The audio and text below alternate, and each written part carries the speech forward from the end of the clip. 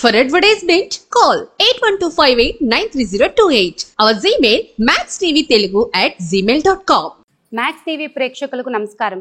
రాధా మనోహర్ గారితోనే ఉన్నాం ఈరోజు మనం. గురువు గారు నమస్కారం అండి. హరే కృష్ణమ్మ. హరే కృష్ణ. సనాతన ధర్మం గురించి, హిందూ ధర్మం గురించి ఇంతలా మీరు చేస్తున్నారు కదా, ఇది లాస్ట్కి మారుతుంది అంటారా? హిందువులు అందరూ మారుతారా? ఎప్పటికీ 5,000 సమానంగా ఉండవు, ఎవరి వేళ్ళైనా. అలాగే ప్రపంచం అంతా ఎప్పటికీ ఒకే మతం ఉండదు, ఒకేలాంటి అభిమతం కూడా ఉండదు.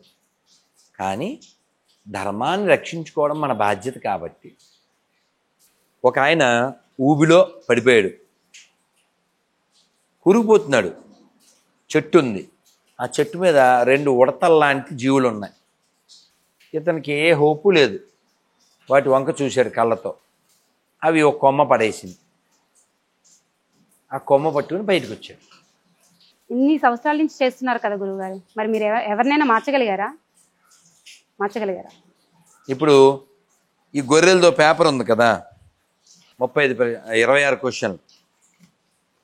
ఒక ఆయన ఫోన్ చేసి ఒక 10-15 రోజుల క్రితం, నా పేరు సత్యబాబు, నేను క్రిస్టియన్ అన్నాడు. అది మీ భ్రమ అన్నాను. అంటే క్రిస్టియన్లా ఉన్నానండి, ఇప్పుడు కాదు, మీ వీడియోలు చూశాను, మీరు 26 క్వశ్చన్లు అడిగారు, ఎన్నిసార్లు ఎన్నో ఇంటర్వ్యూల్లో, టీవీల్లో, వీడియోల్లో చెప్పారు, ఒక్కడ కూడా ఒక్క ఆన్సర్ చెప్పలేదు. అందుకని ఆ దరిద్రం వదిలేసి నేను మళ్ళీ హిందూ అయిపోయానండి. 35 ఏళ్ల గొర్రె బికమ్ హ్యూమన్. ఫలం ఉన్నట్టేగా. అలా చాలా కుటుంబాలు వెనక్కి వచ్చినాయి. ఒక కుర్రోడు వచ్చాడు. అంటే శాంపిల్, అన్నీ మనం వీడియోలు పెట్టలేదు కాబట్టి ప్రయత్నం చేయాలి, ప్రయత్నం చేస్తూనే ఉండాలి. ఎప్పటి వరకు చేస్తారు? ఆఖరి శ్వాస వరకునా. ప్రయత్నం చేస్తున్నంత కాలం మాత్రమే మనం బతికున్నట్టు. ప్రయత్నం నిలిపితే మనం సచ్చినట్టు అమ్మా. అందుకని భగవంతుడు మన యొక్క ప్రయత్నాన్ని చూసి ఆయన ఫలాన్ని ఇస్తాడు. దానికి ఒక చిన్న కథ శ్రీల ప్రభుపాదులు వారు చెప్పారు, చెప్పి నేను వెళ్తాను. ఒక చిన్న పిట్ట భార్యతో కూడి సముద్రం ఎదురుగా చెట్టు మీద పిల్లలను పెట్టింది, గుడ్లు. సాయంత్రం వెళ్ళిపోతాయి కదా, ఆహారానికి వెళ్ళి వచ్చేసరికి గుడ్లు లేవు. ఈ ఆడపిట్ట, ఈ సముద్రుడే నా గుడ్లు తినేసాడు, పట్టుపోయాడు వీడు అని బాధపడుతూ మొగుడితో చెప్పింది. ఈ మొగుడు పక్షి చిన్న పిట్ట, వీడు నా పిల్లల్ని ఎత్తిపోతాడా, వీడిని ఖాళీ చేసేస్తా. ఎవరిని? సముద్రాన్ని అని ముక్కుతో ఒక చొక్క నీరు తీసుకురావడం, బయటేయడం, తీసుకురావడం, బయటేయడం. అందరు నవ్వుతారుగా.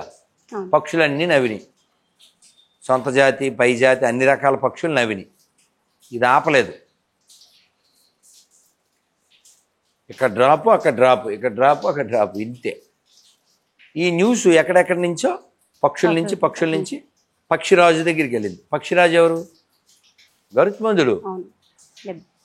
కగరాజు నీయానతి గని వేగ చనలేడు, గగనానికీలకు బహుదూరంబని నాడు. ఆయనకి తెలిసింది, అయ్యో నా చిన్న తమ్ముడికి కష్టం వచ్చిందా అని. గరుత్మంతుడు వచ్చేసాడు. సముద్రుడితో చెప్పాడు, సముద్ర, నా తమ్ముడు చెప్పిన పని నేను చేస్తాను, ఆ గుడ్లు తెచ్చిచ్చాను, నువ్వు కానీ తెచ్చేవాపోతే సముద్రాన్ని ఖాళీ చేసేస్తా అన్నాడు కదా ఈ చిన్న పెట్ట, ఆ పని నేను చేస్తా, ఆ గుడ్లు తెచ్చిచ్చాను. అంటే ఇక్కడ పట్టుదల, తన శరీరం, తన స్థాయి ఇవేం ఆలోచించలే, పట్టుదల. అందుకని పట్టుదల ఉన్నవారికి దైవం అనుగ్రహిస్తుంది. అందుకని ప్రయత్నం ఆపకూడదు. ఇంతటితో అయిపోయిందని ఎప్పుడూ అనుకోకండి. అది ఏ విషయంలో కూడా. పరీక్షలో ఫెయిల్ అయిపోవచ్చు, వ్యాపారంలో ఫెయిల్ అయిపోవచ్చు, ఇంకో దాంట్లో ఫెయిల్ అయిపోవచ్చు. If all doors close, don't think it's an end, think it's only bend. నీ కొమ్ములు వచ్చుంటాయి, ఆ కొమ్ములు కోయడానికి భగవంతుడు ఏవో తీసేస్తాడు అంతే తప్ప మన ప్రయత్నం ఆపమని కాదు. సముద్రంలో కొట్టుకుపోతున్నారు.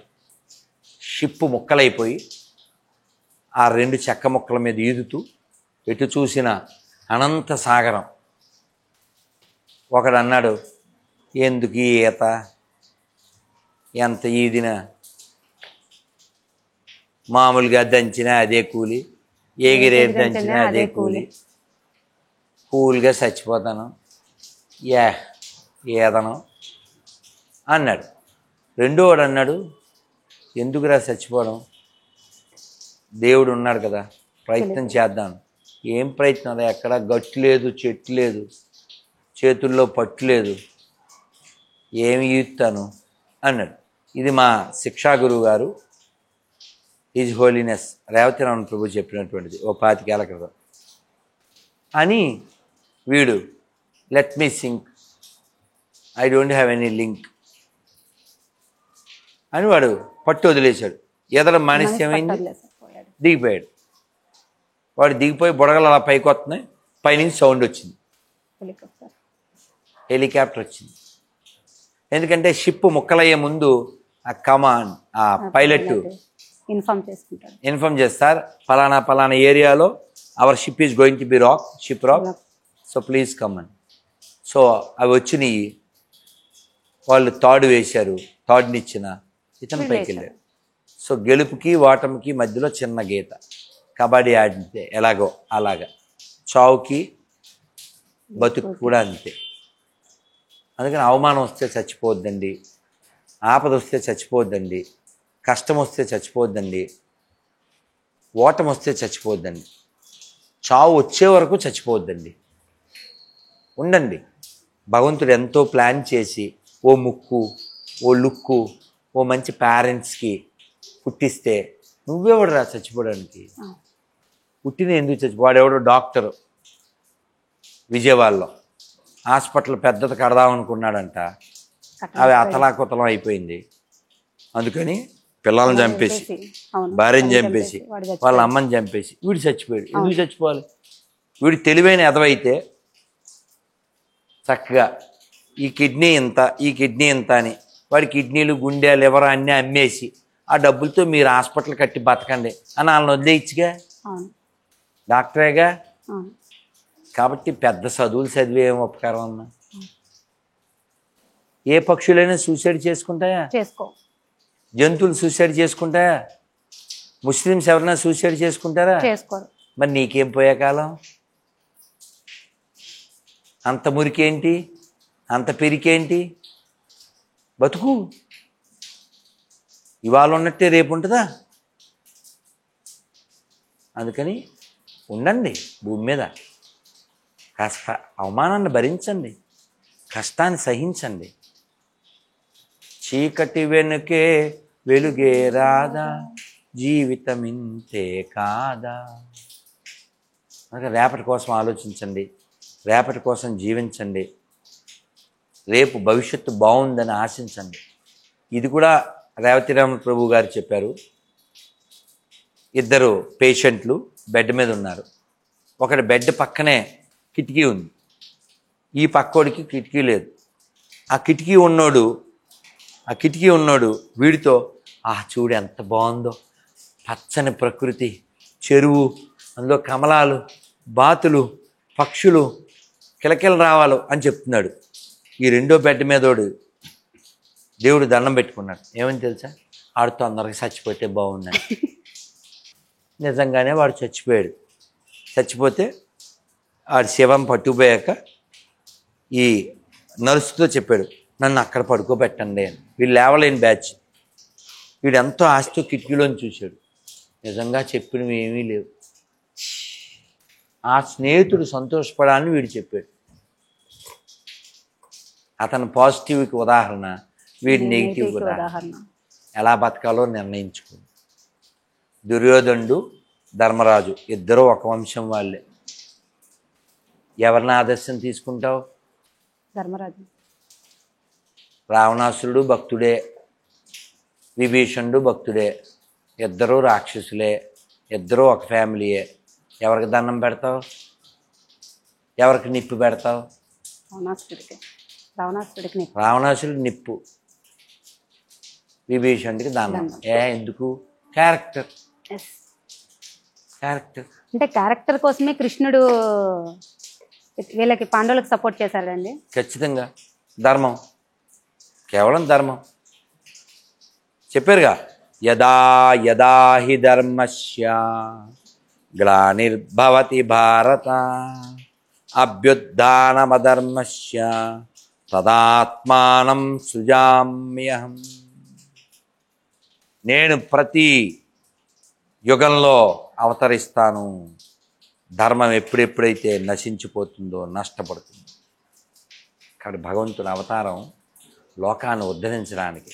అటువంటి అవతారాలు మత్స్య, కూర్మ, వరాహ, నరసింహ, వామన, పరశురామ, రామ, బలరామ, కల్కి, ఇలా ఎన్నో అవతారాలు వచ్చినటువంటి నేల ఇది. కాబట్టి చెప్పుకోవడానికి మనకి చాలా ఉంది, కానీ తెలియజెప్పేవాళ్ళు లేరు, చెప్పినా వినేవాళ్ళు లేరు. కాబట్టి పిల్లలను కూర్చోబెట్టి అమ్మా నాన్న చెప్పాలి. చెప్పాలంటే వాళ్ళు వినాలి, వాళ్ళు చదవాలి. నువ్వు మంచి కూతురు కాకపోతే నువ్వు మంచి భార్య కాలేవు. నువ్వు మంచి భార్య కాలేకపోతే మంచి అమ్మ కాలేవు. మంచి అమ్మ కాలేకపోతే నువ్వు పుట్టి ఉపకారం లేదు. అందుకని రామాయణంలో సుమిత్రాదేవి ఎవరు గుర్తించకపోయినా ఆవిడే త్యాగశీలి. ఇద్దరు పిల్లలున్న గొడ్రాలు. రాముడు పాలు తాగాలి, అమ్మగారు తీసుకురమ్మంటున్నారు అని లక్ష్మణ్ని తీసుకుపోయేది. కౌశల్య మందిరంలోంచి ఒక అమ్మాయి వచ్చి, మేడ్ సర్వెంట్, భరతుడు పాలు తాగాలి, అమ్మగారు తెమ్మంటున్నారు అని కైకి మందిరంలోంచి ఒక ఆవిడ వచ్చి పట్టుకుపోయేది. ఇద్దరు పిల్లలు ఉండి ఏం ఉపకారం? ఇద్దరు అక్కడొకడు ఇక్కడొకడు పెరిగారు. ఈవిడ గొడ్రాలు. త్యాగం, త్యాగం. ఆవిడ పేరేంటి? సుమిత్ర. మంచి మిత్రుడు. అలా బతకాలి. చెప్పింది తెలుసా లక్ష్మణుడితో? నాయనా, నువ్వు ఎప్పుడైనా నేను గుర్తొస్తే మాం విద్య జనకాత్మజ, మాం నేను, జనకాత్మజ సీతాదేవిలో నన్ను చూసుకో, రామం దశరథం విద్ధి, రాముడే దశరథుడు అనుకో. నువ్వు వాళ్ళ కోసమే పుట్టావురా. ఏ తల్లన్నా చెప్పుద్దా? చెప్పదు. అలాంటి త్యాగమూర్తులు పుట్టిన నేలలో మనం పుట్టాం. ఓ పిచ్చి తల్లి హైదరాబాదే, ధనలక్ష్మి గొర్రె, నాకు ఫోన్ చేసింది. మీరు మా దేవుని తిడుతున్నారు, పౌరుషం కలిగిన స్త్రీగా నేను ప్రతిస్పందిస్తున్నాను. పౌరుషం అనే పదాలు అవి వాడకూడదమ్మా. నీ పేరేంటి? ధనలక్ష్మి. ఈ పేరు పనికిమాల బైబిల్లో ఉండదు. ఎందుకని? నువ్వు మాకే ఇక్కడ వాళ్ళకే పుట్టావు.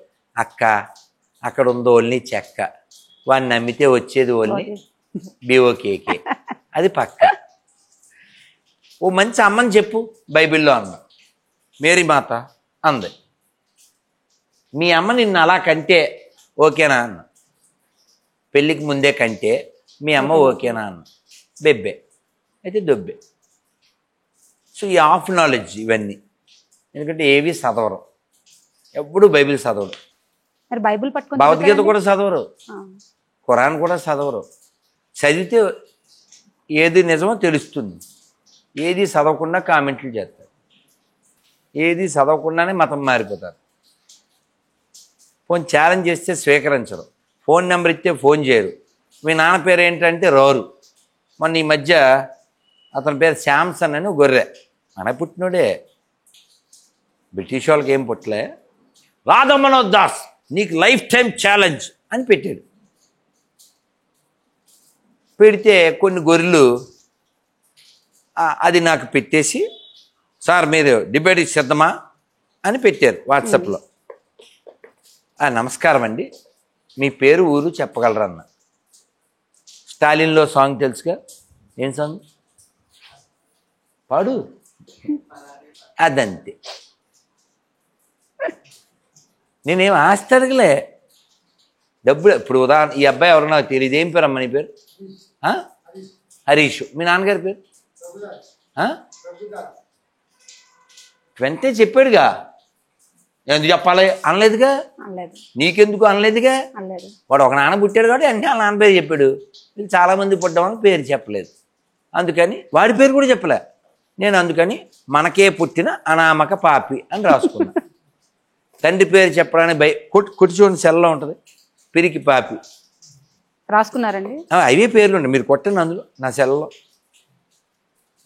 ఇప్పుడు అమ్మా నాన్న పేరే చెప్పలేని దరిద్ర బతుకులు ఇంక నాతో డిబేట్ ఏం చేస్తారు మీరు కదా.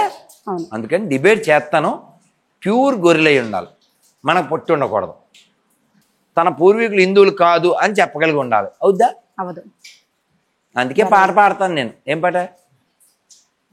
James father Jackson, Jackson father Jaipal, Jaipal father Jairam, grand father ఒక్కడే, గతమంతా మనదొక్కటే, గ్రాండ్ ఫాదరు ఒక్కడే, గతమంతా మనదొక్కటే, ఇది మన దేశం, ఇది మన దేశం, ఇది మన దేశము రన్నా, ఇది స్వర్గము కన్నా మిన్న, వేష భాషలు రూపురేఖలు మత భేదాలెన్నున్నా, మనమంతా ఒకటేనన్నా,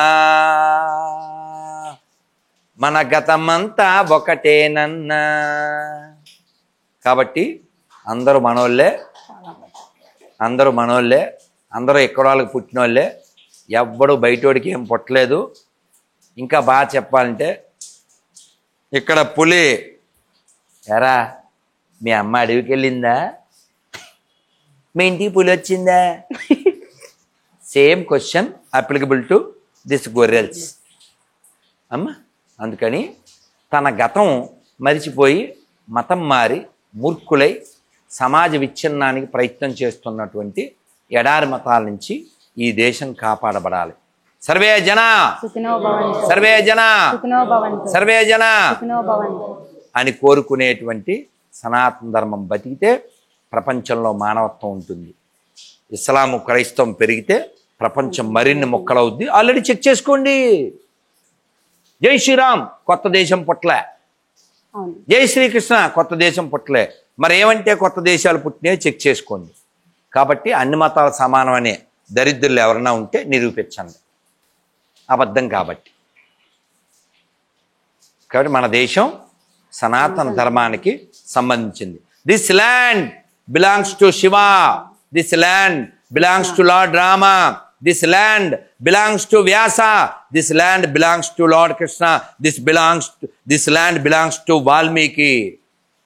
దిస్ ఈజ్ భరతవర్షే, భరతఖండే, దిస్ కాల్డ్ భారతవర్ష. భరతుడనే రాజు పరిపాలించడం వలన ఇది భరతవర్షమైంది. దీనికి ఎంతమంది ఇలావర్త వర్షం అని పేరుండేది. మనకి ఎవిడెన్స్ ఉంది, ఎపిక్స్ ఉన్నాయి, ఎథిక్స్ ఉన్నాయి. ఈ మూడు లేనోళ్ళే ఎడారి మతస్థులు. ఒక మంచి అమ్మని చూపించు అని ఒక క్వశ్చన్ ఉంటుంది ఆ పేపర్లో. అడగండి, పోనీ ఎవరికైనా ఫోన్ చేయండి, ముస్లింకి క్రిస్టియన్కి, ఓ మంచి అమ్మని చూపించమని చూద్దాం. స్త్రీ గురించి వాళ్ళ దాంట్లో ఏం రాశారో చూపించమని చూద్దాం. పోనీ ఇన్ని మాటలు మీరు చెప్పండి. భూమి మీదకి వచ్చే 40 ఏళ్ళు అయిందా? ఓ 10 మంది ముస్లిం స్త్రీలు గొప్ప వాళ్ళని చెప్పమని చెప్పండి. లేరు, లేరు. మరి స్త్రీ గౌరవం అవన్నీ మాట్లాడకూడదుగా మనం. అవును. మనం భూమిని ఏమంటాం? భూమాత, ఆవు గోమాత, తులసి తులసమ్మ, నీళ్లు గంగమ్మ, డబ్బులు లక్ష్మీదేవి, పుస్తకం సరస్వతి, అన్నం అన్నపూర్ణ. మేము ఎక్కడైనా చూసేది మదరో, వాళ్ళు ఎక్కడైనా చూసేది లెదరో. హౌ ఈజ్ యువర్ బ్రదరో? అర్థమైంది వచ్చిందా? అర్థం కాకపోతే మారండి, మారండి, మారండి. జై శ్రీరామ్. జై శ్రీరామ్.